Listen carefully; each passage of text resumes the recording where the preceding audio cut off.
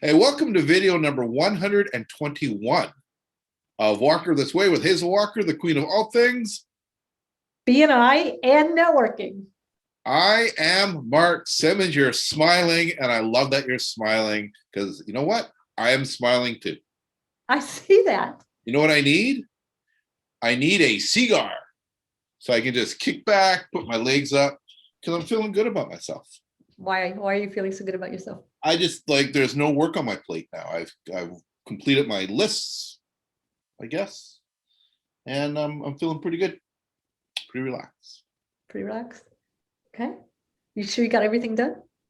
Don't ruin my day. Okay. Pretty sure. What about that report, the landing page thing we were going to do with that report, and you were going to set all that up? I haven't seen the report, so I haven't been able to approve the landing. Is this thing on? Hello. I've asked twice, 2 times you've said, yeah, you're going to send me that. Yeah. Did it fall off your priority list? Because it didn't fall off my priority list. It may have. You are correct. It's not like you either, because pretty much, Mark, you are one of the people that I know. You're always good that if you say you're going to do it, you usually over deliver. You're not an under deliver person. So I know lots of people who say lots of things, right? So they've got a very high say, but they have a very low do, right? Right. That's typically not you. And it seems to me at this moment. At this very moment, it sounds like maybe it didn't get on your list, or maybe it fell down the priority list. Yeah. So you might need to take a look at that. And I think, because that's just not who you are, because as a coach, I know you teach this a lot anyway, but I do see this happen a lot in business where people overpromise and underdeliver. Right? Overpromise, underdeliver. And it is a constant source of aggravation for me when people promise me things and then they don't do those things. Because the problem is it creates it's like a renovation that's going on in my house, right? It creates, because this one's messed up, no one else can get their part done, right? Because this part didn't get done. So now the electrician can't come in, the plumber can't come in, the guys with the appliances can't come in because the one person who said they were going to do something on this day didn't get it done. Right. Right. And I think that is something that happens a lot, because I know a lot of people that have really high says and really low do's. Yeah. And that is not an issue you want following you around, because it to me, it's a trust relationship. Yeah, it can eat away at credibility.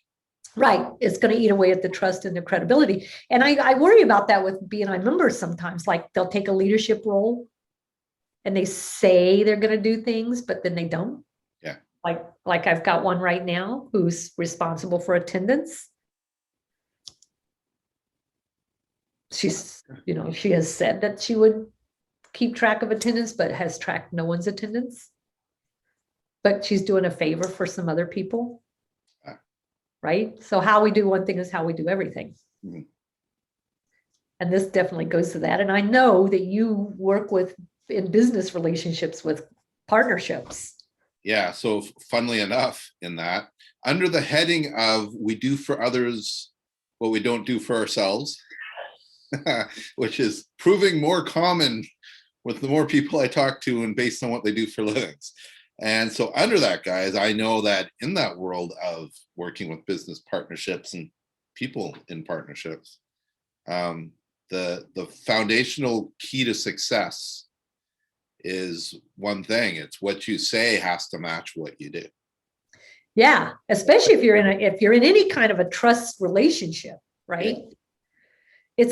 Yeah. I think about marriages. Husband says, I'll take out the trash, but then the trash never gets taken out. Yeah. And that creates conflict between the relationship. It's not a big thing. It's just an aggravation. Right. right? Because this is just one more thing you said you would do that you didn't do.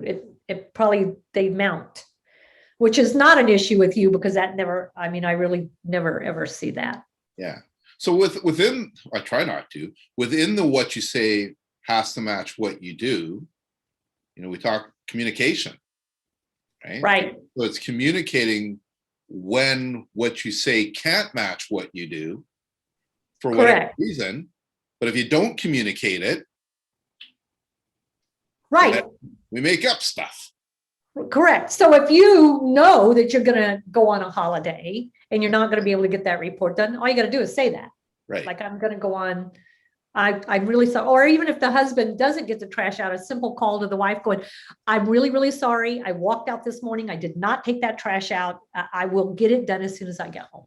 Right. So that communication suddenly relieves me of stress. Right. Because he remembers the commitment that he made.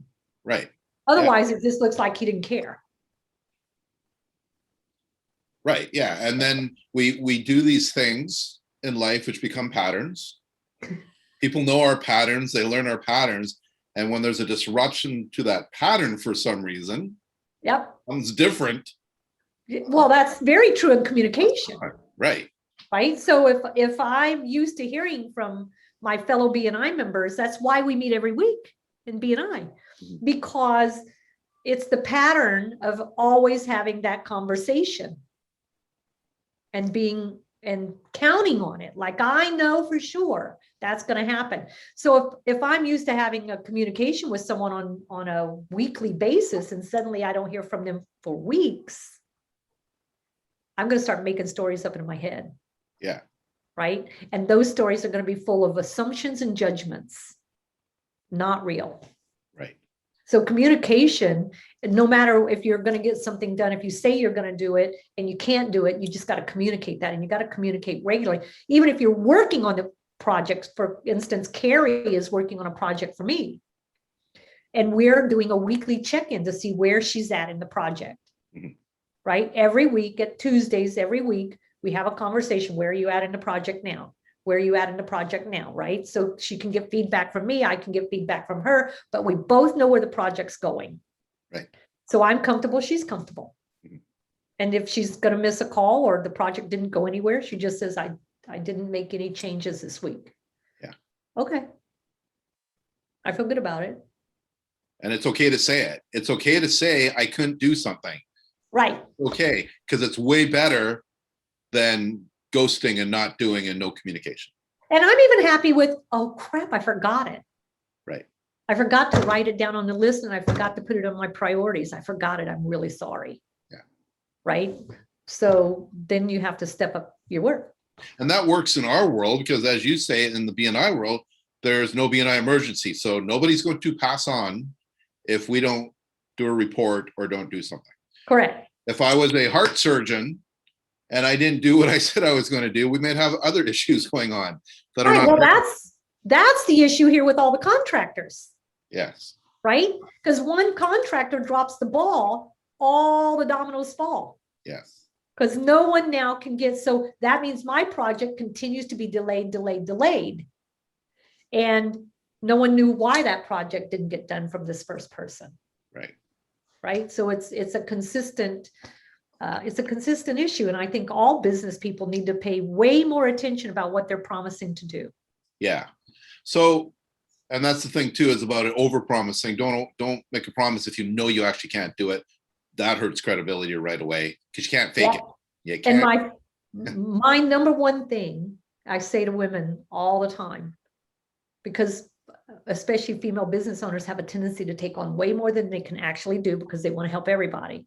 But I say to them, a hard no is so much better than a weak yes. Right? If you're going to give me a weak yes, which means you may or may not get it done, or I'll try, just give me a hard no. No, Hazel, I don't have the time. I can't take that on now, but I could take it on 2 weeks from now. Right. I'm okay with that. Because a weak yes is going to burn your credibility. There you So go. don't take a leadership role. Don't take on projects that you really don't have the capacity for. Yeah. And Do them and do them well. Right. And so when I gave you the report, you had the capacity. Right, So I'm just making the assumption it just got off your list. right. And it did. And I apologize, and I'll get it done. And so, Hazel, for BNI members and those that aren't in BNI, because this applies to business and relationships of all types, is check-in time. Couple Check-in. of ways, I guess. Check-in is, what are you doing what you say you're going to do in a timely fashion? And how are you communicating about all that? What's your communication style? Are you communicating? And if there's a no to either one, you get to do a redo and try Right. something new where you can, work on those challenges that you're facing, and reach out to your fellow members to have discussions and talk about it. Yep. I remember going and doing I'd done it 2 or 3 times, a whole workshop on how to delegate successfully, because there is an art to delegation and you have to follow all the steps to make it work effectively. So maybe on one video we can talk about how you delegate something, because actually I check in with Carrie, but I never checked back in with you on that report. Right. So I kind of dropped the ball. I should have checked back in and go, how's that coming along? Yeah. Right. But I didn't think to do it. Yeah. We'll do a video on that, around accountability and when to check in, when not to, and all that's great. So until that next video, Hazel, I'm going to delegate the closing to you. Oh, thank you very much. That's how you do it. Until we do it next week. Bye. Have a great week.